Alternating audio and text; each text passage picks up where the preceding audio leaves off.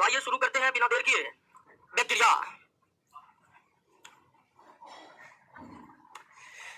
हिंदी में क्या कहते हैं इसे दोस्तों? जीवाणु कहते हैं।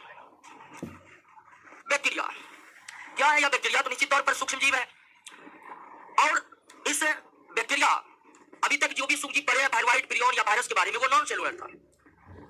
लेकिन यह नॉन सेलुलर नहीं है, यह कोशिकाओं से निर्मित सूक्ष्म जीव है, अर्थात यह सेलुलर ऑर्गेनिज्म है।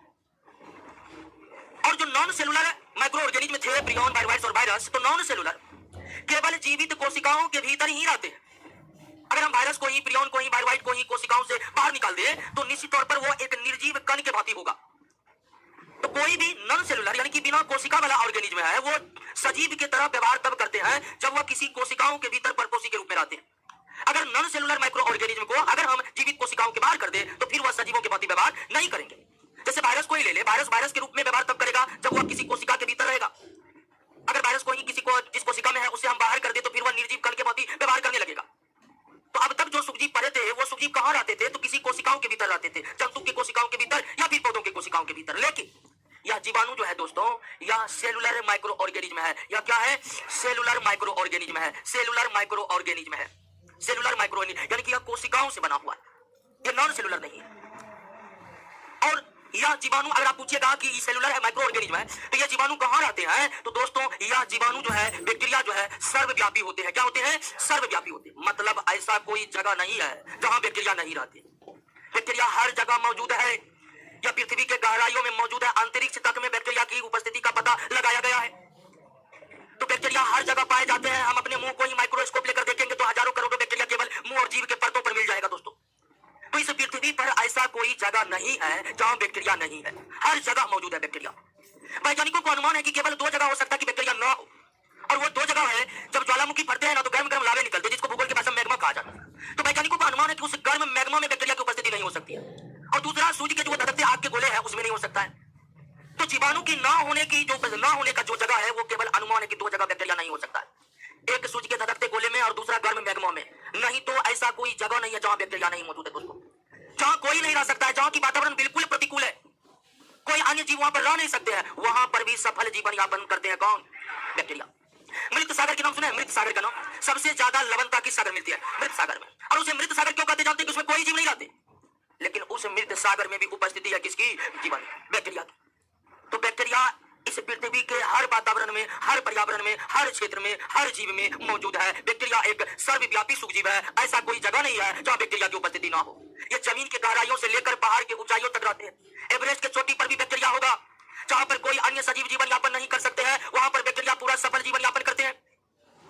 अब सवाल है कि बैक्टीरिया इतने सर्वव्यापी होते क्यों है? आखिर इसमें इतना सारा गुण आया कहां से? तो इसको भी आप समझ लीजिए कि जब पृथ्वी का विकास हुआ तो कोई तो पहला जीव होगा जो पृथ्वी पर आया होगा। आज जो जितना हम पृथ्वी पर जीव जंतुओं को देख रहे हैं, आज तमाम तरह के आप सजीवों को देख रहे हैं, तमाम विभिन्न प्रकार के पेड़ पौधे जीव जंतु को देख रहे हैं, क्या सारे के सारे एक के बाद पृथ्वी पर आ गया? नहीं। आज जो जितने प्रकार के पेड़ पौधे देख रहे हैं, जितने प्रकार के जीव जंतु देख रहे हैं, ऐसा नहीं कि पृथ्वी बना और ऊपर से सब धड़फड़ा के गिर गया, रहने लगा। सब सजीवों का विकास क्रम में हुआ है दोस्तों, एक एक करके विकास हुआ है। और निश्चित तौर पर आप ये जानते होंगे कि बंदर से ही मानव का विकास हुआ। तो पृथ्वी जब निर्मित हुई तो सबसे पहले जो सजीव इस पृथ्वी पर आया वो कौन है? बैक्टीरिया। हालांकि बैक्टीरिया से पहले वायरस आ गए, लेकिन वायरस पूरी तरह से सजीव नहीं है क्योंकि वह कोशिका के बना ही नहीं है। तो पृथ्वी के निर्माण के बाद जो जीव सबसे पहले आए, जो कोशिकीय जीव सबसे पहले आए, वो कौन था? बैक्टीरिया। तो समझ लीजिए कि बैक्टीरिया कितने दिन से पृथ्वी पर रह रहा है। पृथ्वी का सबसे लोकल जीव कौन है? बैक्टीरिया है। यह इतने सालों से पृथ्वी पर रह रहा है कि यह अपने अंदर हर वातावरण में रहने की अनुकूलन पैदा कर लिया है दोस्तों। तो बैक्टीरिया सर्वव्यापी इसलिए है कि बैक्टीरिया इस पृथ्वी पर का प्रथम कोशिकीय जीव है। इस पृथ्वी पर जीवन की शुरुआत करने वाला कौन है? बैक्टीरिया ही है। अब जो सबसे पहले पृथ्वी पर रहने आया, निश्चित तौर पर वह पृथ्वी के हर वातावरण से भली भांति परिचित हुआ है। और दोस्तों हम लोगों का अस्तित्व हाल फिलहाल का है बैक्टीरिया के सामने। बैक्टीरिया तो कई युगों को खत्म होते देख लिया है, कई नए युगों को बनते हुए देख लिया है। जो इतना कुछ देख लिया है उसको अब कुछ नया लगेगा? नहीं लगेगा दोस्तों। तो बैक्टीरिया सर्वव्यापी है, और जितने सर्वव्यापी और भी कुछ सूक्ष्म जो आगे हम पढ़ेंगे वो भी सर्वव्यापी है, लेकिन उतने नहीं जितने कौन है? बैक्टीरिया। तो अगर आपसे पूछे कि बैक्टीरिया कहां रहते हैं तो उत्तर एक ही होगा, इनमें से सभी जगह रहते हैं, क्योंकि कोई जगह ही नहीं है जहां बैक्टीरिया नहीं रहते। या आपसे यह भी पूछ ले कि सूक्ष्म जीव कहां पाए जाते हैं, तो हर जगह पाए जाते हैं, क्योंकि सूक्ष्म जीव के श्रेणी में भी कौन आएगा? जीवाणु आएगा। तो अगर आपसे क्वेश्चन पूछे बैक्टीरिया कहां रहते हैं, सभी जगह, या आपसे क्वेश्चन पूछे कि सूक्ष्म जीव कहां रहते हैं, सभी जगह। ऐसा कोई जगह ही नहीं है जहां सूक्ष्म जीव नहीं रहते। क्लियर हो गया, समझ गए। अब आइए कि इस बैक्टीरिया का खोज सबसे पहले ल्यूवेन हुक ने किया था। किसने किया था? ल्यूवेन हुक नामक साइंटिस्ट ने इस बैक्टीरिया का खोज किया था। और ल्यूवेन हुक ने जीवित कोशिकाओं को भी खोजा था। रॉबर्ट हुक ने जो कोशिका खोजा था वो मृत कोशिका था। जीवित कोशिकाएं खोजने का श्रेय किन्हें? और ल्यूवेन हुक ने जीवाणु के रूप में ही जीवित कोशिका की पहचान की थी। तो सबसे पहले इस सर्वव्यापी सूक्ष्मजीव बैक्टीरिया की खोज 1675 में किसने किया था? ल्यूवेन हुक ने किया था। हालांकि 1675 में खोजा था और अपने खोज की पुष्टि उन्होंने कब की थी? 1683 में की थी। खोज लिया था उन्होंने 1675 में ही। और ल्यूवेन हुक ने कंपाउंड माइक्रोस्कोप का भी खोज किया था। किसका? यौगिक सूक्ष्मदर्शी। जिस सूक्ष्मदर्शी में दो लेंस का इस्तेमाल होता है उसे कंपाउंड माइक्रोस्कोप कहते हैं, उसे यौगिक सूक्ष्मदर्शी कहते हैं। और यौगिक सूक्ष्मदर्शी का खोज ल्यूवेन हुक ने किया था। और उन्हीं सूक्ष्मदर्शी की सहायता से वो न सिर्फ बैक्टीरिया को खोजे बल्कि आगे चलकर कई प्रकार के प्रोटोजोआ को भी उन्होंने खोजा। और ल्यूवेन हुक ने जो बैक्टीरिया को खोजा, बैक्टीरिया खोजा गया पहला सूक्ष्मजीव था। क्योंकि आपको हम वायरस बताए थे, वायरस की खोज 1896 में किया था। किसने? इवेनोस्की ने। यानी कि बैक्टीरिया के खोज के कई सालों बाद किसका खोज हुआ? वायरस का खोज। तो बैक्टीरिया पहला खोजा गया सूक्ष्मजीव है, पहला खोजा गया सूक्ष्मजीव जिसको किसने खोजा? ल्यूवेन हुक ने। तो अगर पूछे कि सूक्ष्मजीव का खोज पहली बार किसने की? ल्यूवेन हुक ने। और जीवाणु की खोज किसने की? ल्यूवेन हुक ने। दोनों का उत्तर क्या होगा? क्योंकि ल्यूवेन हुक ने बैक्टीरिया को खोजा, उससे पहले किसी को भी जानकारी नहीं थी कि आंख से न दिखने वाले भी ढेर सारे जीव होते हैं पृथ्वी पर। ल्यूवेन हुक वो पहले व्यक्ति थे जो लोगों को यह भरोसा दिलाया कि बहुत से ऐसे सजीव हैं जो आंखों से दिखते ही नहीं है। तो इस तरह से सूक्ष्मजीव का खोज पहली बार किसके द्वारा हुई? और किस सूक्ष्मजीव का खोज हुई? बैक्टीरिया का। किस सूक्ष्मजीव को पहली बार खोजा? क्लियर हो गया। लेकिन ल्यूवेन हुक ने जब बैक्टीरिया की खोज की और इन्होंने सबसे पहले कंपाउंड माइक्रोस्कोप को खोजा और उसी की सहायता से बैक्टीरिया को खोजा, तो जब ल्यूवेन हुक ने बैक्टीरिया को खोज लिया तो लंबे समय तक बैक्टीरिया के क्षेत्र में कोई ज्यादा प्रगति नहीं हुई। लंबे समय तक बैक्टीरिया के क्षेत्र में कोई प्रगति नहीं हुई। 1829 में, यानी लंबे समय बाद 1829 में एक वैज्ञानिक आए, उसका नाम था एहरेनबर्ग ने। जो ल्यूवेन हुक ने बैक्टीरिया को खोजा था तो बैक्टीरिया नाम नहीं रखा था ल्यूवेन हुक ने उसका नाम क्या रखा था? एनिमल क्यूल रखा था। क्या रखा था दोस्तों? एनिमल क्यूल रखा था। ल्यूवेन हुक ने जिस बैक्टीरिया को खोजा तो बैक्टीरिया नाम नहीं दिया था ल्यूवेन हुक ने उसका नाम क्या दिया था? आगे चलकर कब 1829 में एहरेनबर्ग ने एनिमल क्यूल का नाम बदलकर क्या रखा? यानी बैक्टीरिया को बैक्टीरिया नाम देने वाले वैज्ञानिक कौन है? एहरेनबर्ग है। बैक्टीरिया को बैक्टीरिया नाम देने वाले वैज्ञानिक कौन है? एहरेनबर्ग है। यानी लंबे समय तक बैक्टीरिया के क्षेत्र में सिर्फ इतनी प्रगति हुई कि जो नाम पहले एनिमल क्यूल था वो अब क्या हो चुका है? बैक्टीरिया हो चुका है। सबसे बवंडर कौम तो हुआ दोस्तों 1864 और 1876 में। बवंडर कौम क्या हुआ जानते हैं? बात है 1864 में। और वैज्ञानिक का नाम आप परिचित है। वैज्ञानिक का नाम क्या था? Louis Pasteur. और इसके कुछ समय बाद 1876 में रॉबर्ट कोच दोनों ही फ्रांस के वैज्ञानिक थे। हुआ यह कि 1864 में लुई पास्चर और आगे चलकर 1876 में रॉबर्ट कोच, दोनों ही फ्रांस के बहुत ही महान वैज्ञानिक थे। इन दोनों ने पता लगा लिया कि ये जो सूक्ष्मजीव को खोजे हैं ल्यूवेन हुक, ये सूक्ष्मजीव मानव में रोगों को फैलाते।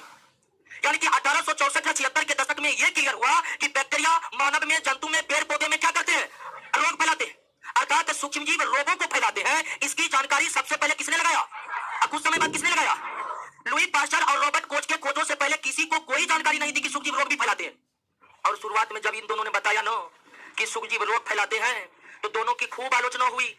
लोग कहने लगे कि दोनों पगला गया है, जो चीज आंख से दिखता नहीं है उसको इतना मजाल की रोग फैला देगा। यानी कि चारों ओर से तीव्र आलोचना झेलने लगे। कौन? Louis Pasteur. उस समय क्या राजशाही सरकार चलता तो भी बुलाया कि काहे लोगों को तुम इधर उस्का रहे हो? का क्या हुआ? कहा कि जो चीज आंख से नहीं दिख रहा है उसको इतना हिम्मत हो जाएगा कि मानव में रोग फैला देगा। यानी कि शुरू में तेज आलोचना, लेकिन आप जानते हैं कि लुई पास्चर ने हाइड्रोफोबिया का इलाज खोल दिया। आगे चलकर रॉबर्ट कोच ने हाइजा के बीमारी का इलाज खोजा। जब इलाज खोल दिया और इनके दवाई से लोग ठीक होने लगे तब लोगों को वह सही बोल रहा है। ठीक है, गलत बोलता तो कोई ठीक नहीं होता दोस्तों। और रॉबर्ट कोच और लुई पास्चर के खोज के बाद ही बैक्टीरिया एवं अन्य सूक्ष्मजीव के क्षेत्रों में अनुसंधान कार्य चलने लगे। नहीं तो इन दोनों के खोज से पहले बैक्टीरिया के क्षेत्र में कोई खास प्रगति नहीं हुई थी। सिर्फ ल्यूवेन हुक खोल दिया था, एहरेनबर्ग नाम रख दिया था। असली काम तो इन दोनों के बाद हुआ कि जब लोगों को पता चला कि सूक्ष्मजीव रोग फैलाते हैं तब जाकर सूक्ष्मजीव के क्षेत्र में रिसर्च होने लगा। अब वर्तमान में तो यह व्यवस्था है कि हर देश के पास बड़े से बड़े रिसर्च सेंटर बने हुए जहां सिर्फ और सिर्फ सूक्ष्मजीवों के बारे में रिसर्च करवाए जाते हैं। क्लियर हो गया? यहां तक समझ गए?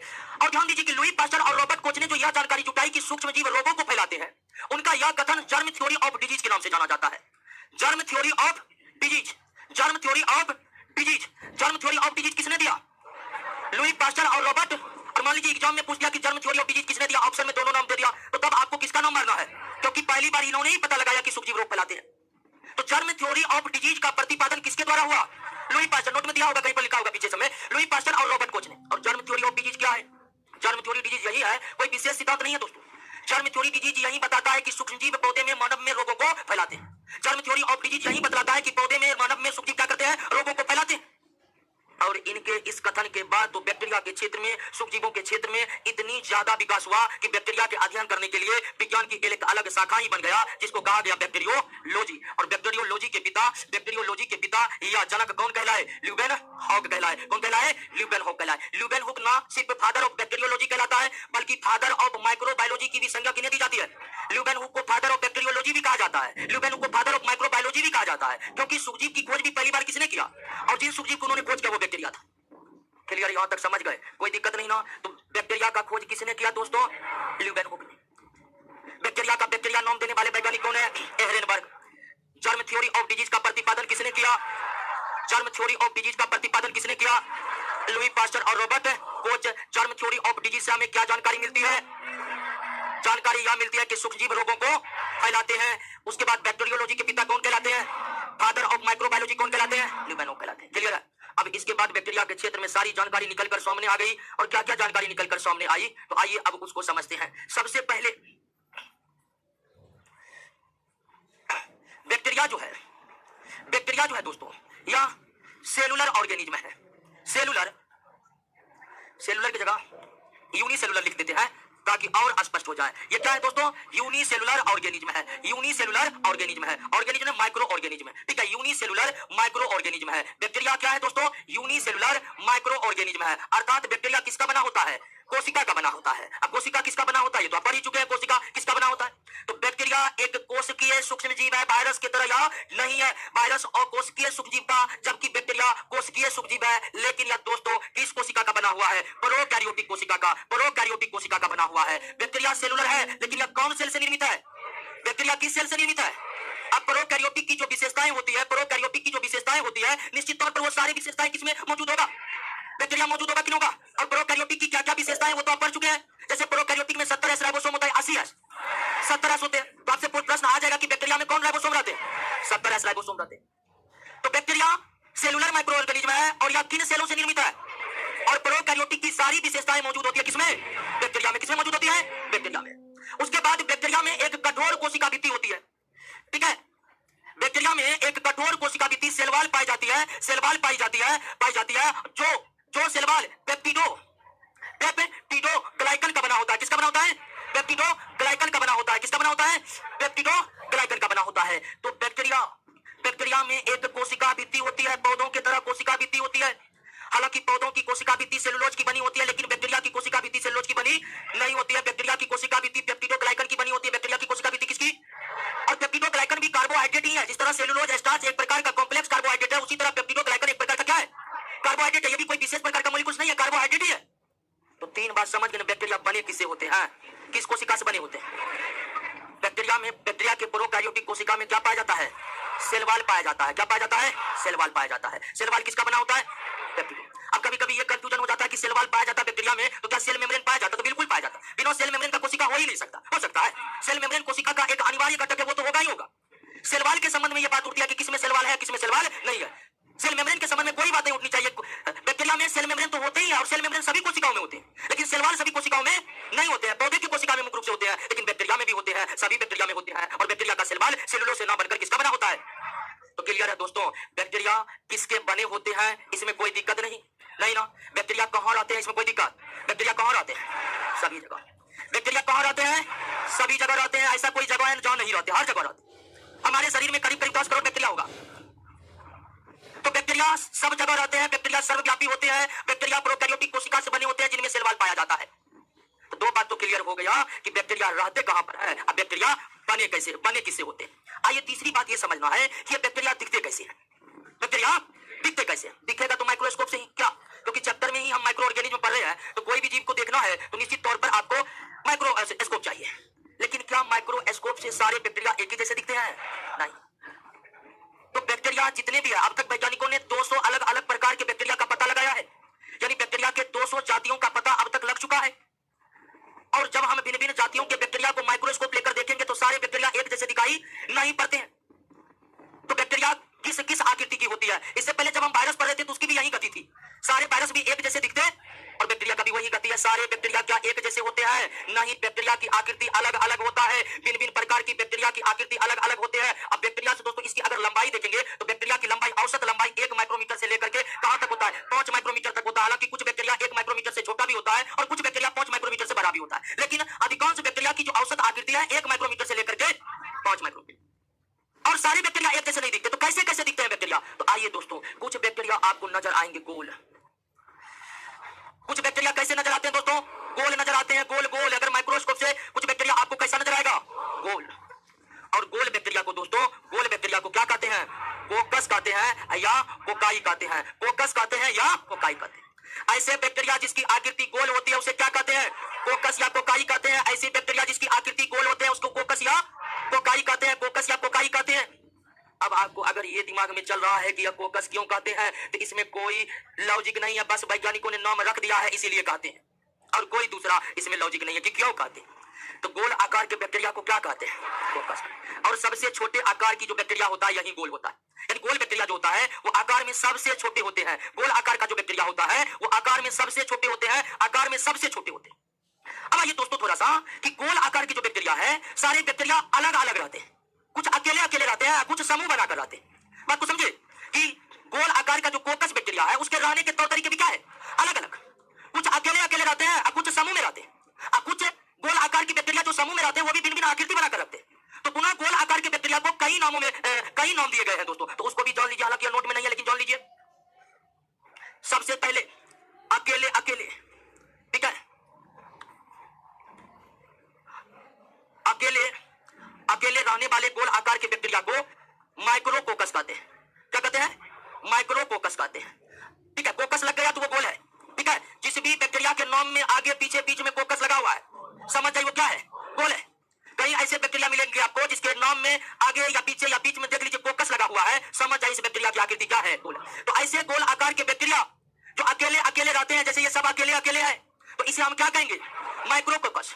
कुछ गोल आकार के बैक्टीरिया 2 के समूह में पाए जाते हैं। कुछ गोल आकार के बैक्टीरिया क्या पाए जाते हैं? 2 के समूह में पाए जाते हैं, एकदम 2-2 के समूह में। ठीक है, 2-2 के समूह में। जब गोल बैक्टीरिया 2-2 के समूह में पाए जाते हैं उसे डिप्लोकोकस कहा जाता है। क्या कहा जाता है? डिप्लोकोकस। माइक्रोकोकस मतलब अकेले अकेले, और डिप्लोकोकस मतलब 2-2 के समूह में, 2-2 के समूह में। कुछ गोल आकार के बैक्टीरिया दोस्तों जंजीर की आकृति बनाकर आते हैं। जंजीर की आकृति बनाकर आते हैं। जंजीर की आकृति बनाकर रखते हैं, एकदम जंजीर की तरह। जंजीर समझ रहे हैं ना? इस तरह, एकदम जंजीर की आकृति में, इस तरह दोस्तों। जब गोल आकार की बैक्टीरिया जंजीर की आकृति में आ जाए तब इसे कहते हैं स्ट्रेप्टोकोकस। क्या कहते हैं दोस्तों? Streptococcus. Streptococcus, Streptococcus, Streptococcus, Streptococcus. Hindi में भी यही होता है, स्ट्रेप्टोकोकस। तो अकेले अकेले रहने वाले गोल आकार के बैक्टीरिया को माइक्रोकोकस, 2 के समूह में रहने वाले को डिप्लोकोकस, जंजीर की आकृति को स्ट्रेप्टोकोकस, जंजीर की आकृति को स्ट्रेप्टोकोकस। कुछ गोल आकार के बैक्टीरिया समूह में पाए जाते हैं। ठीक है, समूह में पाए जाते हैं। समूह में पाए जाते हैं। समूह में मतलब एक साथ ढेर सारे, ठीक है, समूह में पाए जाते हैं। कुछ गोल आकार के बैक्टीरिया समूह में पाए जाते हैं, एकदम समूह बनाकर, एक साथ ढेर सारा समूह बनाकर आते हैं। जो गोल बैक्टीरिया समूह में पाए जाते हैं उसे कहते हैं स्टेफाइलोकोकस। स्टेफाइलोकोकस, उसे क्या कहते हैं दोस्तों? Staphylococcus, staphylococcus. कुछ गोल आकार के बैक्टीरिया घन आकृति में रहते हैं। किस आकृति में रहते हैं? घन आकृति में। घन आकृति आप समझ रहे हैं ना? घन आकृति बनाकर आते हैं। किस आकृति बनाकर आते हैं? घन आकृति बनाकर आते हैं। और जो गोल बैक्टीरिया घन आकृति बनाकर आते हैं उसे क्या कहा जाता है दोस्तों? सारसिना कहा जाता है। क्या कहा जाता है? तो गोल आकार की बैक्टीरिया 2, 1, 3, 4, 5 तरह से आपको मिल सकता है। एक बार पुनः ध्यान दीजिए, जो बैक्टीरिया गोल आकार के होते हैं उसे कोकस, या गोल आकार के सारे बैक्टीरिया एक तरह से नहीं रहते हैं, कई तरह से वो देखे जा सकते हैं। जब गोल आकार के बैक्टीरिया अकेले अकेले रहते हैं तो उसे क्या कहते हैं? माइक्रोकोकस। 2 के समूह में रहते हैं तो उसे क्या कहते हैं? डिप्लोकोकस। जंजीर के समान आकृति बनाकर स्ट्रेप्टोकोकस। समूह में रहने वाले को स्टेफाइलोकोकस, घन आकार रहने वाले को। क्लियर हो गया? समझ गए? तो ऐसे बैक्टीरिया जो गोल आकृति के होते हैं उसे कोकस या कोकाई कहते हैं। उसे कोकस या कोकाई कहते हैं। उसे कोकस या कोकाई कहते हैं। घन आकृति में जो गोल आकार के बैक्टीरिया रहते हैं उसे क्या कहते हैं? सारसिना कहते हैं। क्या कहते हैं? अब ध्यान दीजिए कि कुछ बैक्टीरिया क्षार के समान होते हैं। क्षार के समान होते हैं। क्षार के समान, रॉड के समान, रॉड के समान होते हैं। ऐसे बैक्टीरिया जो क्षार के समान होते हैं दोस्तों उसे क्या कहते हैं? बेसिलस कहा जाता है। क्या कहा जाता है? बेसिलस। बेसिलस, ऐसे बैक्टीरिया जो रॉड शेप्ड होते हैं, छड़ के समान होते हैं, उसे क्या कहा जाता है? बेसिलस कहा जाता है। छड़ के समान दिखने वाले बैक्टीरिया को क्या कहा जाता है? बेसिलस कहा जाता है। कुछ बैक्टीरिया आपको सर्पिल आकृति को होती है, सर्पिल आकृति को होती है, सर्पिल आकृति को होती है, सर्पिल आकृति जैसे ये देख रहे हैं, इसी आकृति को क्या कहते हैं? सर्पिल आकृति। ठीक है, बेलन देखे है ना, उसी तरह, खाली ये जो है हत्था इसका टेढ़ा हो गया है क्या? तो सर्पिल आकृति इसी को कहते हैं दोस्तों। और ऐसे बैक्टीरिया जो सर्पिल आकृति के होते हैं उसे एस्पाइरिलम कहते हैं। उसे क्या कहते हैं दोस्तों? एस्पाइरिलम कहते हैं। उसे क्या कहते हैं? एस्पाइरिलम कहते हैं। उसे क्या कहते हैं? एस्पाइरिलम कहते हैं। कुछ बैक्टीरिया हिंदी भाषा में यूज होने वाले कोमा के समान होते हैं। किसके समान होते हैं? कोमा के समान होते हैं, कोमा के समान होते हैं, कोमा के समान होते हैं। और इसे क्या कहते हैं? वाइब्रियो कहते हैं। इसे क्या कहते हैं? तो गोल आकार के जीवाणु को क्या कहते हैं? गोल आकार को। ऐसे जीवाणु जिसकी आकृति गोल होती है उसे क्या कहते हैं? कोकस कहते हैं। ऐसे जीवाणु जिसकी आकृति छड़ के समान होती है बेसिलस कहते हैं। सर्पिल आकार को सर्पा एस्पाइरिलम कहते हैं। कोमा आकार को वाइब्रियो कहते हैं। क्लियर हो गया? और जीवाणु की औसत आकृति 1 माइक्रोमीटर से लेकर के 5 माइक्रोमीटर तक होता है। 1 माइक्रोमीटर से लेकर के 5 माइक्रो। क्लियर हुआ बात को? छड़ आकार के जीवाणु को क्या कहते हैं? बेसिलस। छड़ आकार के जीवाणु को, सर्पिल आकार के जीवाणु को एस्पाइरिलम, एस्पाइरिलम। अब जैसे आपको याद होगा कि दूध को दही में कौन बैक्टीरिया बदलता है? लैक्टोबैसिलस। उसके नाम में क्या लगा हुआ है? बेसिलस। अगर पूछ देगा कि लैक्टोबैसिलस की आकृति किसके समान है? छड़ के समान, इसलिए उसके नाम में बेसिलस लगा। किसी बैक्टीरिया के नाम में वाइब्रियो लगा हुआ, समझ उसकी आकृति कैसी? कोई दिक्कत? तो बैक्टीरिया कहाँ रहते हैं? सभी जगह रहते हैं। बैक्टीरिया किसके बने होते हैं? प्रोकैरियोटिक कोशिका के बने होते हैं। बैक्टीरिया किसके बने होते हैं? प्रोकैरियोटिक कोशिका के बने होते हैं। बैक्टीरिया कैसे कैसे होते हैं? बैक्टीरिया गोल होते हैं, कोमा आकार के होते हैं, छड़ आकार के होते हैं, सर्पिल आकार के होते हैं। क्लियर? तो 3 प्रश्न तो क्लियर हो गया कि बैक्टीरिया रहते कहाँ है, बने किसके होते हैं और कैसे कैसे दिखते हैं। क्लियर है ना? अब आइए अगली बात की, बैक्टीरिया के खाने पीने के क्या तरीके हैं, ये भी तो जानना जरूरी ना है। आइए दोस्तों, आप समझते हैं ये बैक्टीरिया खाते पीते कैसे हैं, पोषण के क्या तरीके हैं इसमें, बैक्टीरिया में पोषण क्या हो रहा है? आगे का सब हंस रहे हैं जी। चलिए, बैक्टीरिया में पोषण कैसे होता है ये आप समझना जरूरी है। यानी बैक्टीरिया अपना जीवन यापन करेगा, इसके लिए भोजन चाहिए कि नहीं? भोजन अनिवार्य सभी सजीवों के लिए। तो अब ये समझना कि बैक्टीरिया में पोषण कैसे होता है, पोषण कैसे होता है। तो पोषण के दोस्तों 2 तरीके हैं। पोषण के कितने तरीके हैं? 2। पोषण को अंग्रेजी में न्यूट्रिशन कहते हैं। क्या कहते हैं? न्यूट्रिशन कहते हैं। पोषण को क्या कहते हैं? न्यूट्रिशन कहते हैं। भोजन प्राप्त करने की प्रक्रिया ही क्या कहलाती है? पोषण कहलाती है। भोजन प्राप्त करने के तरीके क्या कहलाते हैं? पोषण कहलाते हैं। तो अब हमें यह समझना कि बैक्टीरिया में पोषण कैसे होता है। तो पोषण के दोस्तों 2 तरीके हैं। 2 तरीके। पोषण के कितने तरीके हैं? 2 तरीके हैं। पोषण के कितने तरीके हैं? 2 तरीके होते हैं। एक होता है ऑटोट्रोपिक न्यूट्रिशन। हालांकि आगे हम इसको डिटेल में पढ़ेंगे, यहाँ पर उतना ही पढ़ेंगे जितना समझने का जरूरी है। ठीक है? और हेटेरो, इसको अंग्रेजी में हिंदी में कहते हैं स्वपोषण, और इसको क्या कहते हैं? परपोषण। जब एक जीव अपने भोजन के लिए किसी अन्य सजीवों पर निर्भर नहीं रहता है तब उसे क्या कहते हैं? स्वपोषण कहते हैं। स्वपोषण मुख्य रूप से पेड़ पौधों का लक्षण है। और जब एक जीव अपने भोजन के लिए किसी अन्य सजीवों पर निर्भर रहते हैं तो उसे क्या कहते हैं? परपोषण। यानी भोजन के लिए किसी अन्य सजीवों पर निर्भर ना हो तो उसे क्या कहते हैं? स्वपोषण। ध्यान रखिएगा, जो स्वपोषी होते हैं वो भी अपने भोजन के लिए निर्जीव पर निर्भर रहते हैं। परिभाषा स्वपोषण का यह है कि एक सजीव जब अपने भोजन के लिए किसी अन्य सजीवों पर निर्भर नहीं रहता है तब उसे क्या कहते हैं? स्वपोषण कहते हैं। लेकिन इसका मतलब यह नहीं है कि स्वपोषण जिसमें होता है वो अपने भोजन के लिए निर्जीवों पर भी निर्भर नहीं, निर्जीव पर निर्भर है। जैसे पेड़ पौधे स्वपोषी होते हैं, वो प्रकाश संश्लेषण करते हैं, उन्हें भी जल की आवश्यकता होती है। जल नहीं मिलेगा तो पौधे में भी स्वपोषण नहीं हो पाएगा। तो पोषण के मुख्य कितने तरीके हैं? पोषण के मुख्य कितने तरीके हैं? 2 तरीके हैं, स्वपोषण और जब सजीव अपने भोजन के लिए किसी अन्य सजीवों पर निर्भर ना रहे तो उसे क्या कहते हैं? जब सजीव अपने भोजन के लिए किसी अन्य सजीवों पर निर्भर रहता है तो अब सवाल है कि बैक्टीरिया में कैसा होता है। तो आपको पता है कि बैक्टीरिया सर्वव्यापी है, सर्वव्यापी, हर जगह रहते हैं और हर जगह रहेगा तो एक पोषण से कौन चलेगा। बैक्टीरिया में दोस्तों दोनों ही प्रकार से पोषण होते हैं। बैक्टीरिया में स्वपोषण भी होता है और बैक्टीरिया में परपोषण भी होता है। बैक्टीरिया में स्वपोषण भी होता है, बैक्टीरिया में परपोषण भी होता है। लेकिन अधिकांश बैक्टीरिया में क्या होता है? परपोषण होता है। बहुत कम ही बैक्टीरिया में क्या होता है? और जिन बैक्टीरिया में स्वपोषण होता है दोस्तों उस बैक्टीरिया को कहते हैं साइनोबैक्टीरिया कहते हैं। क्या कहते हैं? साइनोबैक्टीरिया एक ऐसा बैक्टीरिया है जिसके कोशिका में क्लोरोफिल पाया जाता है, वो प्रकाश संश्लेषण करने में सक्षम होते हैं और वो कैसा पोषण करते हैं। जबकि अधिकांश बैक्टीरिया दोस्तों, ठीक है, अधिकांश बैक्टीरिया जो है उसमें किस प्रकार का पोषण होता है? परपोषण होता है। अब परपोषण में भी कई प्रकार से होता है जो हम आगे पढ़ने वाले हैं दोस्तों, कोई दिक्कत है? तो बैक्टीरिया में पोषण किस विधि से होता है? सभी विधि से या दोनों विधियों के द्वारा होता है। जिस बैक्टीरिया में स्वपोषण होता है वह बैक्टीरिया कौन है? साइनोबैक्टीरिया। ठीक है, और साइनोबैक्टीरिया में स्वपोषण कैसे होता है? तो साइनोबैक्टीरिया में क्लोरोफिल पाया जाता है। क्या पाया जाता है? लेकिन ध्यान रखिएगा दोस्तों कि पौधे में क्लोरोप्लास्ट होते हैं और उसके भीतर में क्लोरोफिल होते हैं। लेकिन बैक्टीरिया प्रोकैरियोटिक कोशिका है ना, और प्रोकैरियोटिक कोशिका में क्लोरोप्लास्ट नहीं पाए जाते हैं। तो साइनोबैक्टीरिया में क्लोरोप्लास्ट नहीं है, बल्कि डायरेक्ट इसमें क्लोरोफिल पिगमेंट है। यानी सीधा कहने का मतलब है कि पौधे में क्लोरोप्लास्ट के भीतर में जो क्लोरोफिल होते हैं वो वाली परिस्थिति साइनोबैक्टीरिया के साथ नहीं है। साइनोबैक्टीरिया में डायरेक्ट क्या पाया जाता है? क्लोरोफिल पाया जाता है, क्लोरोप्लास्ट नहीं पाया जाता, क्योंकि ये प्रोकैरियोटिक कोशिका है। तो खाने पीने के तरीके समझ में आ गया। बैक्टीरिया स्वपोषी भी होते हैं और बैक्टीरिया में परपोषण भी होता है। बैक्टीरिया स्वपोषी भी होते हैं और बैक्टीरिया में परपोषण भी होता है। कोई दिक्कत दोस्तों? तो बैक्टीरिया रहते कहां पर है? सभी जगह रहते हैं। बैक्टीरिया किसके बने होते हैं? प्रोकैरियोटिक सेल के बने होते हैं। बैक्टीरिया दिखते कैसे हैं? बैक्टीरिया गोलाकार, छलाकार, गोमाकार और सर्पिल आकार के दिखते हैं। बैक्टीरिया में पोषण किस विधि से होता है? दोनों विधि से होता है। बैक्टीरिया में स्वपोषण, जिस बैक्टीरिया में स्वपोषण होता है वो क्या? क्लियर हो गया। अब आइए एक चीज और जानना जरूरी है कि बैक्टीरिया प्रजनन कैसे करता है। ठीक है, बैक्टीरिया प्रजनन कैसे करता है, क्योंकि ये भी तो बहुत जरूरी है। प्रजनन नहीं करेगा तो कब का बैक्टीरिया का अस्तित्व मिट गया होता। सजीवों का एक विशेष लक्षण है कि वे अपने संख्या को बढ़ा सकते हैं, तो बैक्टीरिया भी अपने संख्या को बढ़ा सकते हैं। तो अब ये समझना जरूरी है कि बैक्टीरिया में प्रजनन कैसे होता है।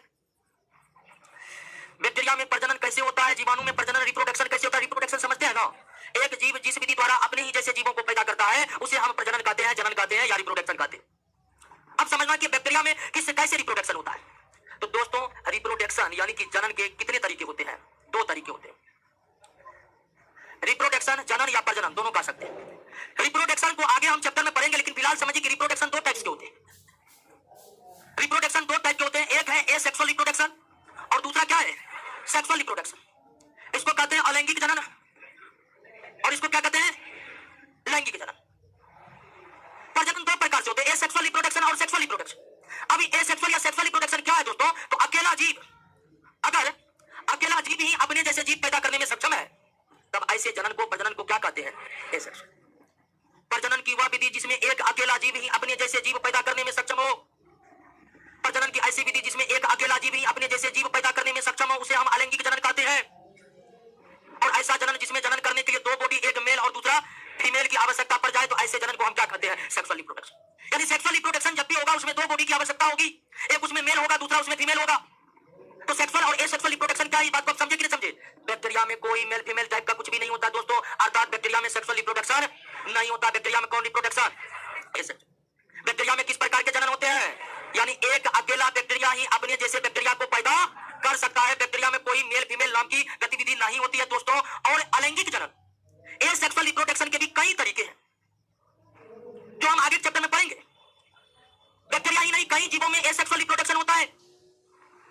जैसे पेड़ पौधों में भी एसेक्सुअल रिप्रोडक्शन होता है। गुलाब के तने काटकर नए गुलाब का पौधा जो बना रहे हैं वो कौन रिप्रोडक्शन है? उसमें मेल फीमेल भाग गया है। उसे पौधे के मेल फीमेल भाग उसके फूलों में होते हैं, तो फूल तो भाग गया नहीं, आपने डायरेक्ट तनों से नया गुलाब का पौधा पैदा कर लिया है, तो वो भी एसेक्सुअल रिप्रोडक्शन कहलाता है। यानी कि एसेक्सुअल रिप्रोडक्शन भी कई प्रकार के होते हैं। जब एसेक्सुअल रिप्रोडक्शन कई प्रकार के होते हैं तो ये जानना बहुत जरूरी है कि बैक्टीरिया में कौन प्रकार होते हैं। तो बैक्टीरिया में एसेक्सुअल रिप्रोडक्शन का जो प्रकार होता है उसका नाम है दोस्तों फीजन, यानी क्या?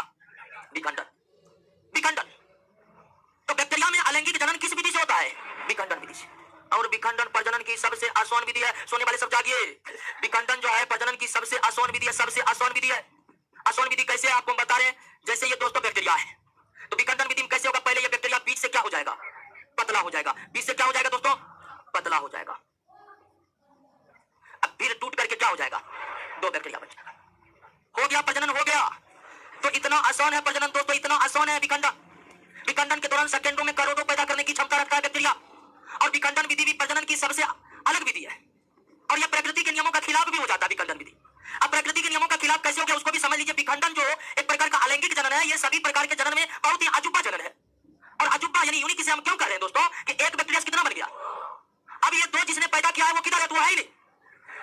मतलब ये दोनों खोलने लगे कि पापा किधर है, तो मिलेगा नहीं। इस तरह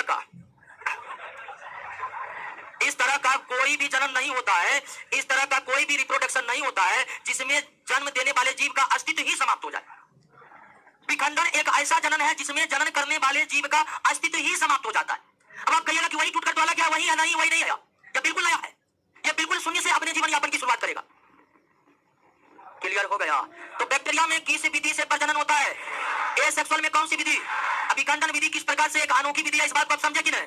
किस प्रकार के प्रजनन में प्रजनन करने वाले जीव का अस्तित्व ही समाप्त हो जाता है? विखंडन विधि से। क्लियर हो गया? तो बैक्टीरिया कहाँ रहते हैं? सभी जगह रहते हैं। बैक्टीरिया किसके बने होते हैं? प्रोकैरियोटिक कोशिका के बने होते हैं। अब प्रोकैरियोटिक कोशिका को हम सेल वाले चैप्टर में पढ़ चुके हैं।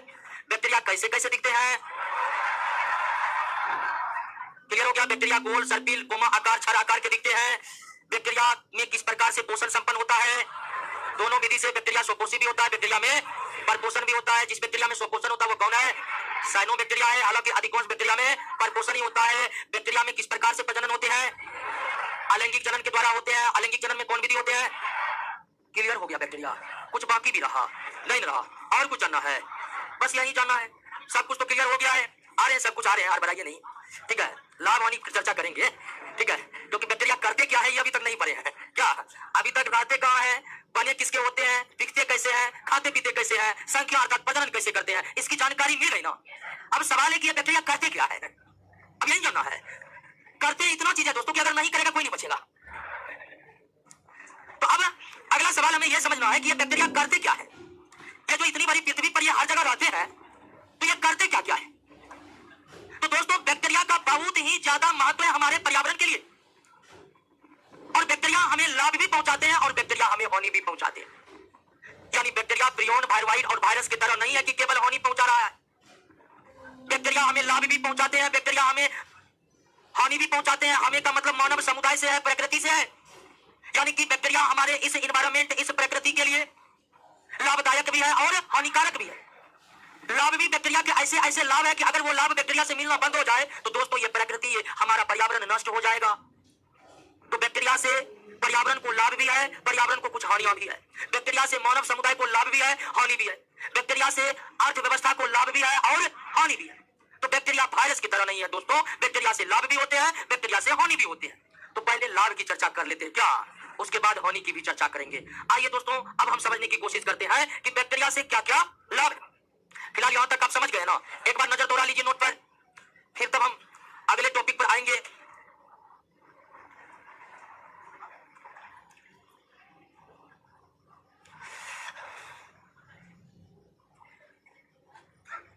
भोजन का पाचन, एक क्वेश्चन है कि बैक्टीरिया में भोजन का पाचन कैसे होता है। पाचन के लिए एक चैप्टर बना हुआ है, पाचन का टेंशन नहीं लीजिए।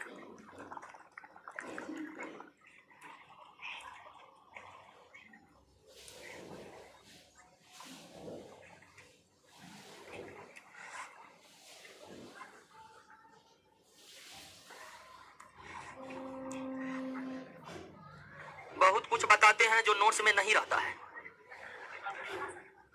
नोट्स में जितना जरूरी है उतना तो रहता है। क्या उतना याद कर लेगा ना? अगर जितना है उतना अगर याद हो जाएगा ना, यकीन मानिए उसके पास टॉप करने के अलावा कोई विकल्प ही नहीं बचेगा। ठीक है, अब पढ़ाते हैं तो कुछ दो चार बात ज्यादा नहीं बताएंगे तो फिर नोट दे दिए वही काफी हो जाएगा।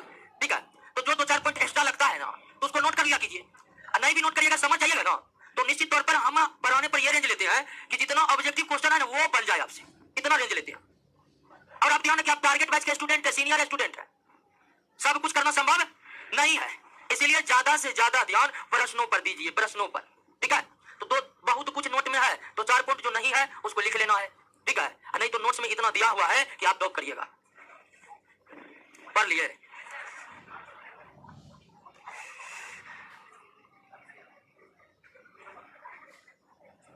सभी क्लास का नोट्स अवेलेबल नहीं है।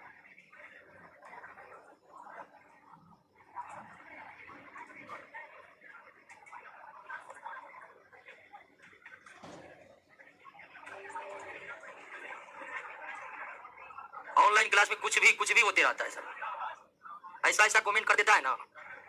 आइए दोस्तों क्या पढ़ना है, लाभदायक। आइए दोस्तों, लाभ भी इतने हैं बैक्टीरिया के कि एक एक करके देखना पड़ेगा। ठीक है, क्या आयु में जित भूलिएगा, आयु कितना दिन का होता है बैक्टीरिया की? बैक्टीरिया की आयु सेकंडों से लेकर मिनटों से लेकर घंटों से लेकर दिनों तक की होती है। हंसते का सही बात बताए, बैक्टीरिया की आयु सेकंडों से लेकर मिनटों से लेकर घंटों से लेकर दिनों तक की होती है। ठीक है, आइए दोस्तों, बैक्टीरिया का पहला लाभ यह है कि बैक्टीरिया अपघटक, डीकंपोजर, अपघटक की भूमिका निभाते हैं।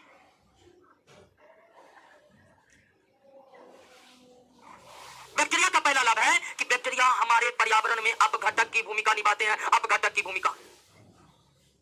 अब अपघटक की भूमिका से क्या फायदा होता है पर्यावरण को? तो इतनी फायदा होता है कि अगर हम अपघटक डिकम्पोजर को हटा दें, एक प्रश्न तो अपने आप में यही बन जाता है कि अपघटक क्या है, तो आ रहे उस पर भी हम आ रहे हैं, लेकिन अपघटक पर्यावरण के अनिवार्य हिस्से हैं, अर्थात इनके बिना हम पर्यावरण की कल्पना नहीं कर सकते। तो बैक्टीरिया हमारे पर्यावरण में अपघटक की भूमिका निभाते हैं। अब अपघटक क्या है और इसकी क्या महत्ता है पर्यावरण के लिए, उसको भी आप समझिए। और उसको समझने से पहले एक नॉर्मल सा सवाल है कि आप जानते हैं कि शरीर के स्वस्थ विकास के लिए लौह तत्व का पर्याप्त मात्रा में शरीर के कोशिकाओं में या शरीर में होना अति आवश्यक है। अगर शरीर में लोहा की कमी हो जाए, कई प्रकार की बीमारियां उत्पन्न हो जाती है। और लोहा की कमी से कौन बीमारी? एनीमिया। तो लोहा की कमी से एनीमिया रोग हो जाता है। तो लोहा की कमी को पूरा करने के लिए क्या हम लोहे के बुरादा को फेंक सकते हैं? नहीं कर सकते हैं। यानी कि अगर आपको लोहा की पूर्ति करनी है शरीर में, तो इसके लिए आप लोहा खा सकते हैं? नहीं खा सकते हैं, लेकिन लोहा जरूरी है। तो सवाल यह है कि प्रकृति ने मिट्टी से पोषक तत्व ग्रहण करने की क्षमता केवल पेड़ पौधों को प्रदान की है। हम लोहा डायरेक्ट ग्रहण नहीं कर सकते हैं, लेकिन पेड़ पौधा ग्रहण कर सकते हैं। पेड़ पौधा मिट्टी में जो लोहे के कण है, लोहे के जो अणु परमाणु है, उसको पौधे ग्रहण कर लेते हैं, अपने उत्पादों में संचित कर देते हैं, और फिर जब हम पौधे के उत्पाद को खाते हैं तो हमारे शरीर में उस लोहा की आपूर्ति हो जाती है। अर्थात लोहा की भरपाई करना है तो पालक के पत्तों को खाकर करना पड़ेगा, या फिर अन्य कोई जिसमें लोहा के स्रोत है वो खाते हैं हम लोग। अब पालक के पत्तों को खाने से लोहा की आपूर्ति होती है, तो पालक के पत्तों में लोहा कहां से आ गया? तो पालक के जड़ों ने मिट्टी से लोहे के परमाणु को खींचा और उन्हें अपने पत्तों में संचित किया, फिर हम उनके पत्तों को खाए, जिससे लोहा हमारे शरीर में प्रवेश कर गया। यानी पोषक तत्व डायरेक्ट मिट्टी से ग्रहण करने की क्षमता केवल प्रकृति ने किसे प्रदान किया है? किसको? यानी कि मिट्टी में जो पोषक तत्व है, मिट्टी में जो पोषक तत्व है उसे केवल कौन ग्रहण कर सकते हैं? पेड़ पौधा ग्रहण कर सकते हैं। पेड़ पौधा। अब पेड़ पौधा से फिर कौन ग्रहण करते हैं? जंतु ग्रहण करते हैं। और फिर एक दिन पेड़ पौधा और जंतु क्या हो जाते हैं? मृत। जब पेड़ पौधा और जंतु मृत हो जाते हैं तो यही अपघटक उस मृत शरीर को अपघटित करके जो भी पोषक तत्व है उन्हें पुनः मिट्टी में क्या कर देते हैं? रिलीज कर देते हैं। क्या कर देते हैं? यानी कि इस अपघटक का काम होता है कि मिट्टी से जो जो पोषक तत्व निकला है उन्हें पुनः मिट्टी में क्या कर देना? रिलीज कर देना। अगर अपघटक को आप हटा दीजिएगा तो क्या होगा? तो एक समय ऐसा आएगा दोस्तों कि मिट्टी के सारे पोषक तत्व क्या हो जाएंगे? समाप्त हो जाएंगे, और उसके बाद पेड़ पौधे को ही नहीं पोषक तत्व मिलेगा तो जीव जंतु को मिल पाएगा? दोस्तों नहीं मिल पाएगा, प्रकृति बर्बाद हो जाएगी। तो अपघटक की भूमिका यह होती है कि जो जमीन से निकला उसको घुमा फिराकर पुनः जमीन में दे देना। यानी अपघटक मिट्टी में पोषक तत्वों की पुनः आपूर्ति कर देते हैं, जिससे मिट्टियों में पोषक तत्व का बैलेंस बना रहता है, कभी उसकी कमी नहीं होती है दोस्तों। और यही अपघटक का काम किसके द्वारा किया जाता है? बैक्टीरिया के द्वारा किया जाता है। तो और अपघटक न सिर्फ मिट्टी में पोषक तत्वों को पुनः पूर्ति करते हैं, बल्कि अपघटक मृत शरीर का निपटान भी करते हैं दोस्तों। अपघटक दो काम कर देता है कि एक शरीर जो मृत होता है उसका निपटान हो जाता है, और पोषक तत्व पुनः मिट्टी में क्या हो जाते हैं? रिलीज हो जाते हैं। अगर हम पर्यावरण से अपघटकों को हटा दें तो क्या होगा? पहला यह होगा कि पृथ्वी लाशों के ढेर से पट जाएंगे और मिट्टी का सारा पोषक तत्व खत्म हो जाएगा। कौन बचेगा पता नहीं। क्लियर हो गया? समझ गए ना? हालांकि ध्यान रखिएगा कि अपघटक की भूमिका बैक्टीरिया निभाते हैं, लेकिन ऐसा नहीं है कि बैक्टीरिया ही केवल निभाते हैं, और भी कई सूक्ष्मजीव है जो अपघटक की भूमिका अदा करते हैं, जैसे फंगी, कवक भी है, वो भी अपघटक की भूमिका अदा करते हैं दोस्तों। तो अपघटक का क्या महत्व है पर्यावरण के लिए और क्या महत्व हम आपके लिए है, इस बात को आप समझे कि नहीं समझे? समझे कि नहीं समझे? दो काम हुआ, एक मृत लाश का निपटान भी हो गया, और मिट्टी में जो पोषक तत्व निकला था उसकी पुनः पूर्ति भी हो गई। तो पहला लाभ समझ के बैक्टीरिया का पहला लाभ है कि बैक्टीरिया हमारे पर्यावरण में अपघटक की भूमिका निभाते हैं, जिससे मिट्टी में पोषक तत्व की पुनः आपूर्ति हो जाती है और मृत शरीर का लगातार निपटान होते रहता है। अगर अपघटक नहीं रहेगा तो एक समय ऐसा आएगा कि पृथ्वी लाशों के ढेर से क्या हो जाएगा? पट जाएगा। पहला फायदा में कोई दिक्कत है? दूसरा फायदा आते हैं। दूसरा फायदा में एक प्रक्रिया, इसको कहते हैं nitrogen fixation. Nitrogen fixation, nitrogen स्थिरीकरण। पहले तो यह समझिए नाइट्रोजन फिक्सेशन है क्या। आप जानते हैं कि पौधे को स्वस्थ विकास करने के लिए 17 पोषक तत्व चाहिए। कितना? 17 पोषक तत्व चाहिए। 17 पोषक तत्व। और 17 पोषक तत्व में पौधे को सबसे ज्यादा जो पोषक तत्व चाहिए वो क्या चाहिए? नाइट्रोजन। एक पौधे को स्वस्थ विकास हेतु 17 पोषक तत्व की आवश्यकता होती है, और 17 पोषक तत्व में पौधे को सबसे ज्यादा जिसकी आवश्यकता होती है वो नाइट्रोजन है। नाइट्रोजन का इस्तेमाल पौधे को सबसे ज्यादा होती है, खासकर जो पौधा बढ़ रहा हो। और नाइट्रोजन की कोई कमी नहीं है वातावरण में। कितना परसेंट? 78%। आप कहिएगा क्या दिक्कत है, नाइट्रोजन ले पौधा भरा पड़ा है, कितना नाइट्रोजन लेगा? लेकिन सवाल यह है कि वायुमंडल में जो नाइट्रोजन है भारी परिमाण में, वे पौधे के कोई काम लायक नहीं। नाइट्रोजन को पौधा केवल मिट्टी से ग्रहण करेंगे, वो भी मुक्त रूप में नहीं बल्कि यौगिकों के रूप में, कंपाउंड के रूप में। वायुमंडल में जो 78% यानी कि विपुल है वो नाइट्रोजन पौधे के किसी काम के नहीं है। पौधे नाइट्रोजन ग्रहण करेंगे लेकिन स्वतंत्र रूप से नहीं, यौगिकों के रूप से, और वो भी केवल कहां, मिट्टी से ग्रहण करेंगे। तो ये नाइट्रोजन फिक्सेशन क्या है? नाइट्रोजन फिक्सेशन वह प्रक्रिया है जिसमें वातावरण के मुक्त नाइट्रोजन को नाइट्रेट, ठीक है, नाइट्रेट और नाइट्राइट में बदला जाता है। वातावरण के मुक्त नाइट्रोजन का बैक्टीरिया के द्वारा, ठीक है, वातावरण के मुक्त नाइट्रोजन का बैक्टीरिया के द्वारा नाइट्रेट और नाइट्राइट में या नाइट्रोजन के यौगिकों में परिवर्तित करने की प्रक्रिया को क्या कहते हैं? नाइट्रोजन स्थिरीकरण कहते हैं। तो बैक्टीरिया का दूसरा फायदा है कि बैक्टीरिया नाइट्रोजन स्थिरीकरण का कार्य करते हैं। बैक्टीरिया किसका कार्य करते हैं? नाइट्रोजन स्थिरीकरण का कार्य करते हैं। नाइट्रोजन स्थिरीकरण का कार्य क्या है? तो नाइट्रोजन स्थिरीकरण का कार्य में वायुमंडल के स्वतंत्र नाइट्रोजन का, ठीक है, वायुमंडल के स्वतंत्र नाइट्रोजन को नाइट्रेट और नाइट्राइट में अर्थात नाइट्रोजन के यौगिक में बदल दिया जाता है और बदल करके इसे मिट्टी में मिला दिया जाता है। फिर इसे पौधे क्या कर लेते हैं? ग्रहण कर। ध्यान रहिए कि अगर जंतुओं का अस्तित्व है इस पृथ्वी पर तो उससे पहले जरूरी है कि इस पृथ्वी पर पौधों का अस्तित्व बना रहे। जब पौधों के बिना जंतुओं का अस्तित्व रहेगा नहीं रहेगा। और पौधे स्वस्थ जीवन जिए इसके लिए सबसे ज्यादा है क्या हुआ जी? आए बहुत देख रहे, आगा पीछा लेफ्ट राइट बहुत बात कर रही है, ठीक से रही है। दरोगा बनना है, खेल नहीं ना दरोगा बनना। हाँ, दरोगा बनने के लिए बहुत त्याग की जरूरत है। जिसको भी लगता है कि एंजॉय करते करते हम वर्दी पहन लेंगे, सचेत हो जाइए, ठीक है, सचेत हो जाइए। सचेत है ना साहब? हाँ, ये तो बहुत को भरम है कि एंजॉय करते करते पढ़ना है। एंजॉय करते करते पढ़िएगा, पूरा जिंदगी एंजॉय में ही चला जाएगा दोस्तों। दरोगा बनना है, सीरियस गंभीर बनना है दोस्तों। पढ़ाई गंभीरता मांगती है, गंभीरता सीरियस मांगता है, ठीक है, आपको बैठना पड़ेगा। आइए और क्लास में सचेत रहिए। क्लास में हम बहुत फालतू बात बताते हैं, मतलब है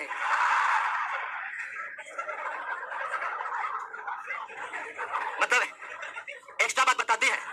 कई बार लड़का मिला हमसे, कई बार मिला है कि जो नोट्स में है ना उससे बाहर पूछा, लेकिन आप बताए हुए थे क्लास में, लेक्चर में बताए हुए थे, इसीलिए बन गया। तो कभी कभी ऐसा होता ना प्रश्न में है ना नोट में है, लेकिन क्लास में बोले हुए हैं, आ जाता है परीक्षा। इसीलिए ध्यान केंद्रित करिए, ठीक है ना, ध्यान केंद्रित करिए। और कोई अगल बगल काम नहीं देता है, ठीक है। हाँ, परीक्षा में अभी बात कर लेगा आपसे, परीक्षा मत करेगा, नहीं करेगा, और एक क्वेश्चन बता देगा ना तो पूरा मोहल्ला को बताएगा, हम ही तो बताए थे उसको।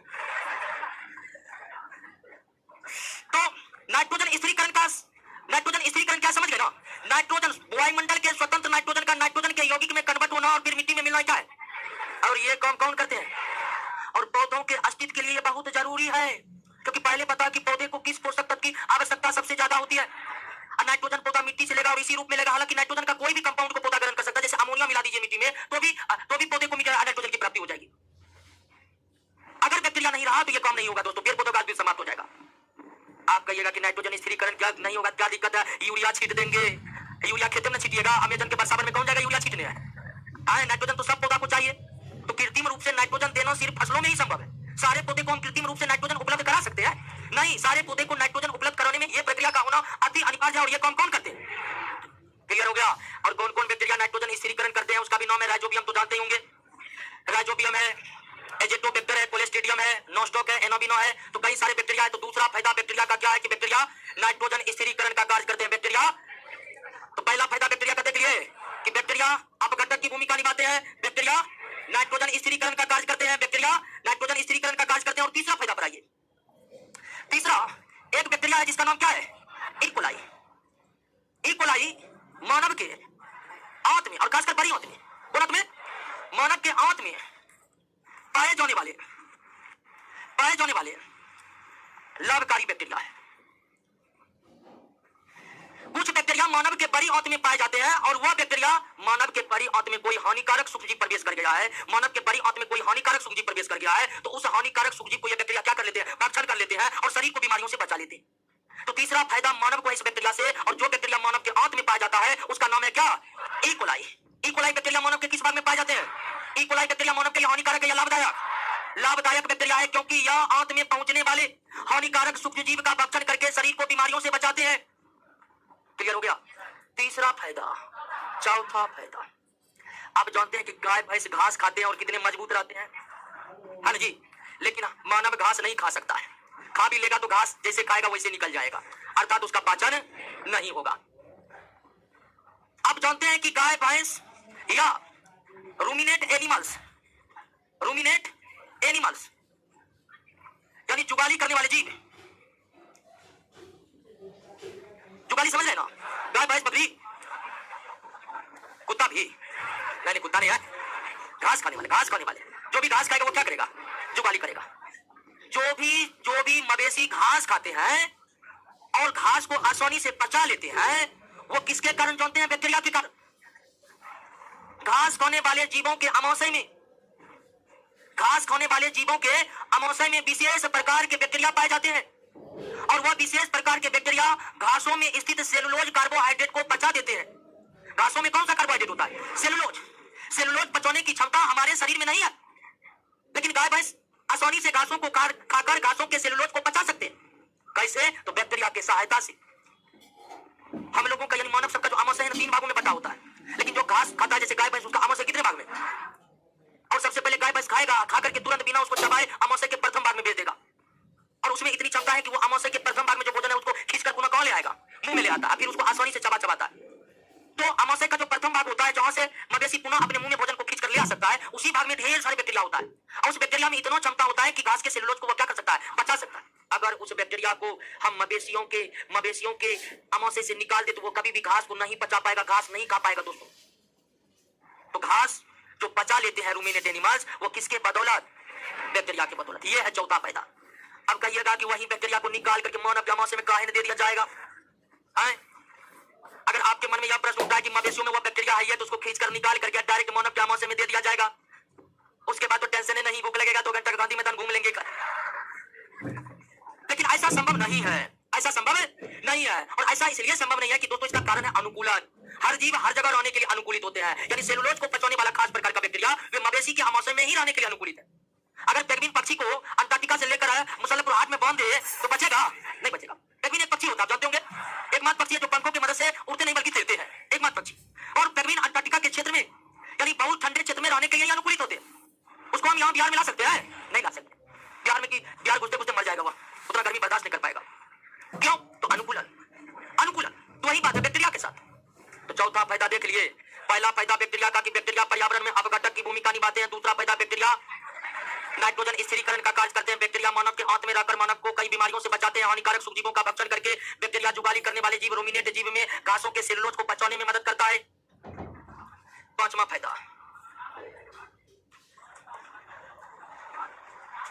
क्या? नाम नहीं किताबें में नहीं तो क्या बताए? इसका नाम याद नहीं करना है, सीधा याद रखना है। या आपसे क्वेश्चन कहीं पर भी जिक्र नहीं है, एनसीईआरटी बुक में जिक्र नहीं है। अब जिक्र ही नहीं, राइटर लोग ने क्या तो हम पास करेंगे क्या? तो नाम नहीं पूछेगा, आप श्योर रहिए। आपसे पूछेगा कि सेलुलोज को पचाने में कौन मदद करता है, जीवाणु या वायरस या प्रोटोजोआ या फंगी? जीवाणु। इस तरह से क्वेश्चन पूछ सकता है आपसे। आइए अगला फायदा। अगला फायदा है, आप जानते हैं एक प्रक्रिया है। पांचवा फायदा सीधा तो इसको बताने का जरूरत नहीं है। पूरे वर्ल्ड में अगर आपसे पूछा जाए कि दूध का कारोबार कितना का होता होगा, डेयरी इंडस्ट्रीज,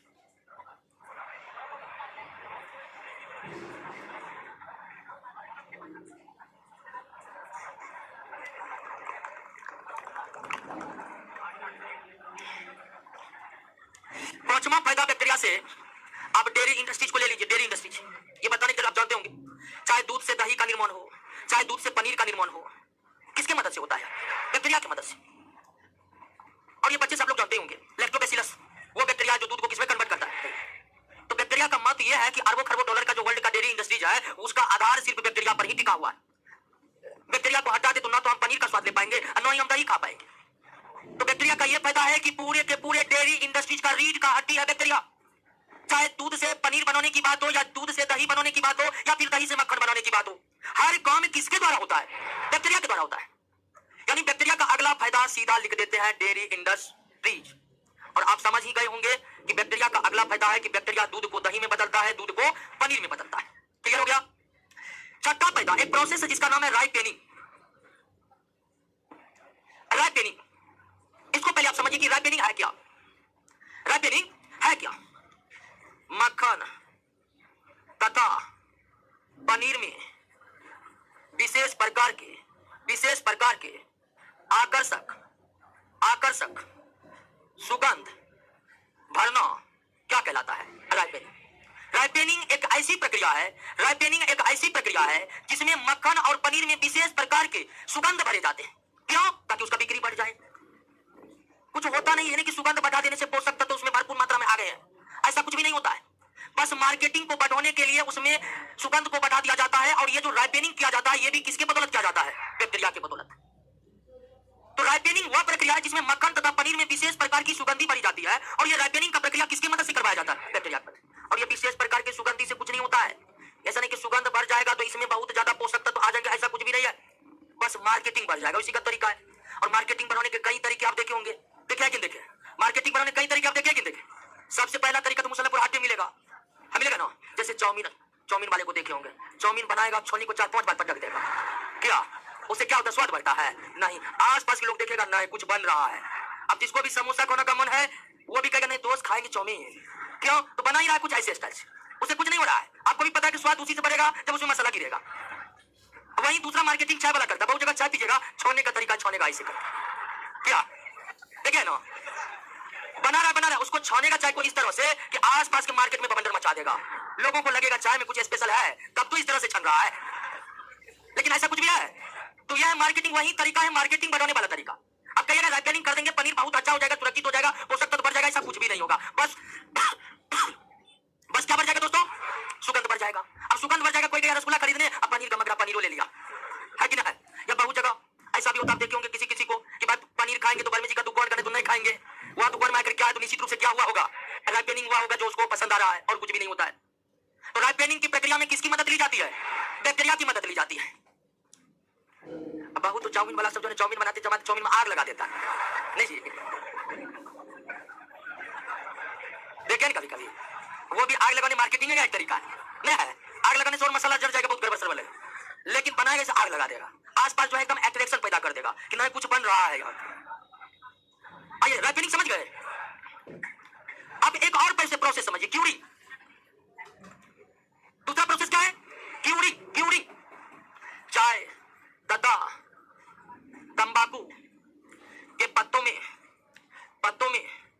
सुगंध पैदा करना क्या कहलाता है? क्यूरिंग कहलाता है, ठीक है? क्यूरिंग कहलाता है। देखिएगा तंबाकू, बहुत जो है तंबाकू खाएगा कोई दिक्कत नहीं है। अब कुछ तंबाकू ऐसा होगा खाएगा, आसपास पड़ोसी सबको गमक मारा है कि तंबाकू खाया है। कुछ तंबाकू है ना जो स्पेशल गंध होता है उसमें, वो क्या रहता है? क्यूरिंग। अच्छा तंबाकू तो बहुत को आइडिया नहीं होगा, ठीक है? नहीं, तंबाकू के अंतर्गत सिर्फ खैनी नहीं आता है। हर नशीले उत्पाद जो सिगरेट के तरह का उत्पाद होता है तो उसमें तंबाकू ने फिलअप किया जाता है। तो तंबाकू में सुगंध बढ़ाने की प्रक्रिया को क्यूरिंग कहा जाता है, और चाय पत्ती में भी सुगंध बढ़ाने की प्रक्रिया को क्यूरिंग कहा जाता है। और इस क्यूरिंग की प्रक्रिया से क्या होता है? उसके रेट बढ़ जाते हैं, मार्केटिंग बढ़ जाता है, लोग पसंद करने लगते हैं। ये जो क्यूरिंग किया जाता है दोस्तों, ये भी क्यूरिंग किसके मदद से किया जाता है? और चाय के पत्ती में क्यूरिंग करने के लिए बेसिलस मेगाथीरियम का इस्तेमाल किया जाता है, बेसिलस मेगाथीरियम जीवाणु का। और तंबाकू के पत्तों में क्यूरिंग आता है सुगंध पैदा करने के लिए, माइक्रो कोकस नाम दिया हुआ है ना, बेसिलस मेगाथीरियम। और एक और प्रोसेस बता रहे हैं, टैनिन। चमड़े से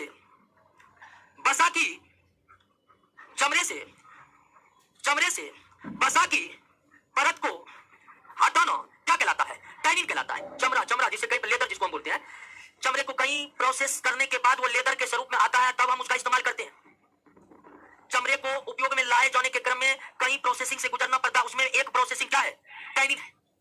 और टैनिन का मतलब होता है कि चमड़े से बसा की परत को क्या कर देना? हटा देना। और यह काम भी दोस्तों किसके मदद से किया जाता है? जीवाणु की मदद से किया जाता है। किसके मदद से किया जाता है? जीवाणु की मदद से। तो जीवाणु के सहायता से ही राइपनिंग प्रोसेस को अंजाम दिया जाता है, यानी मक्खन पनीर में सुगंधी को बढ़ाई जाती है। जीवाणु के सहायता से ही क्यूरिंग प्रोसेस को अंजाम दिया जाता है, अर्थात चाय और तंबाकू के पत्तों में सुगंध पैदा किया जाता है। जीवाणु की मदद से ही टैनिंग प्रोसेस को अंजाम दिया जाता है, यानी कि चमड़े से बसा की परत को हटाकर उसे उपयोग में लायक बनाया जाता है। दोस्तों क्लियर हो गया? और अगला सबसे बड़ा फायदा कि आपको हम पहले बताते हैं कि वर्तमान समय में अधिकांश रोगों का इलाज किन दवाइयों के जरिए?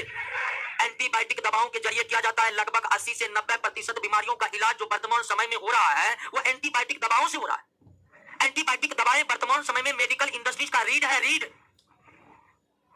और एंटीबायोटिक दवाएं 90% एंटीबायोटिक दवाएं जो वर्तमान में बन रहे हैं वो जीवाणुओं से बन रहे हैं, अर्थात बैक्टीरिया से बन रहे हैं। अन्य सूजीव से भी एंटीबायोटिक बनाए जाते हैं, लेकिन अधिकांश एंटीबायोटिक किसके सहायता से तैयार होते हैं? बैक्टीरिया से। तो बैक्टीरिया से कई फायदे हैं। बैक्टीरिया हमारे पर्यावरण में अपघटक की भूमिका अदा करते हैं। बैक्टीरिया नाइट्रोजन स्थिरीकरण का कार्य करते हैं। ई कोलाई बैक्टीरिया मानव के आंत में रहकर कई हानिकारक सूक्ष्मजीवों को खाकर मानव शरीर को कई रोगों से बचाता है। बैक्टीरिया मवेशियों को घासों में स्थित सेलुलोज को पचाने में सहायक होता है। बैक्टीरिया से राइपनिंग, बैक्टीरिया से क्यूरिंग और बैक्टीरिया से टैनिंग प्रोसेस को अंजाम दिया जाता है। बैक्टीरिया से ही डेयरी इंडस्ट्री डेवलप हुआ है और बैक्टीरिया से ही एंटीबायोटिक दवाओं को तैयार किया है। समझे फायदा को? कोई दिक्कत नहीं ना? अब घाटा क्या है दोस्तों? बैक्टीरिया से हानि भी बहुत ज्यादा है, लेकिन हानि कम है। फायदे देखिए ना कैसे कैसे है। फायदे तो इतने हैं कि बैक्टीरिया के बिना हमारा पर्यावरण का चलना संभव है नहीं। ये बात हम अपघटक और नाइट्रोजन स्थिरीकरण कार्य के लिए कर रहे हैं। अगर पर्यावरण में नाइट्रोजन स्थिरीकरण ना हो, पर्यावरण में अपघटक की भूमिका ना अपघटक ना हो, तो पर्यावरण तो निश्चित रूप से बर्बाद हो जाएगा। बैक्टीरिया से हानि क्या है? बैक्टीरिया हमारे भोजन को विषाक्त बना देते हैं। कभी कभी भोजन बासी भोजन खा जाने से जो फूड पॉइजनिंग होती है, फूड पॉइजनिंग क्यों होती है बासी भोजन खाने से? क्योंकि बैक्टीरिया ने उसमें जाकर के विषाक्त यानी कि विष उत्पन्न कर देता है। बैक्टीरिया हमारे भोजन को विषाक्त कर देते हैं। बैक्टीरिया हमारे रुई वाले पदार्थ को नष्ट कर देते हैं। बैक्टीरिया एंटीबायोटिक के असर को भी कम कर देता है। अब बैक्टीरिया पौधे में भी रोग को फैलाता है और बैक्टीरिया जंतु में भी रोगों को फैलाता है। पौधे वाले रोग जो है उतना इंपोर्टेंट नहीं है, फिर भी इंपोर्टेंट है। देखिए तो जीवाणु पौधे में कौन कौन से रोगों को फैलाते हैं?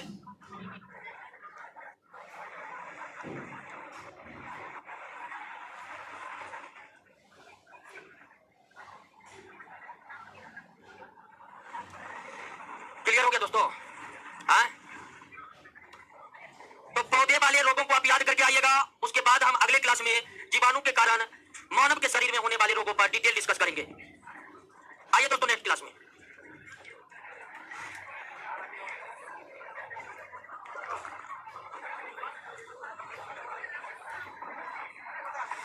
कल टेस्ट है जी। टेस्ट होगा तो आप लोगों को ऑनलाइन वाले को क्वेश्चन आंसर भेज दिया जाएगा ऑनलाइन।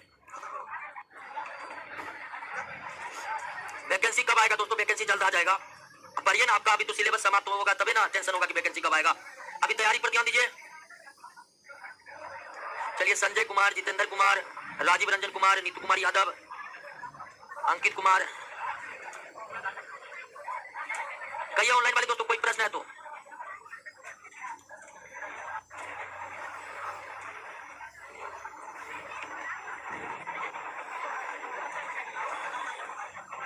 ज्योग्राफी का नोट आ गया है? ज्योग्राफी का नोट नहीं आया है?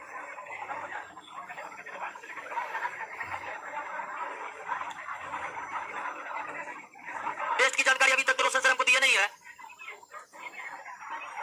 कल दे दिए थे हमको, तो टेस्ट के बारे में कोई जानकारी नहीं है दोस्तों। चलिए, आज मेरा बर्थडे है। बर्थडे सबको भूलिए दोस्तों।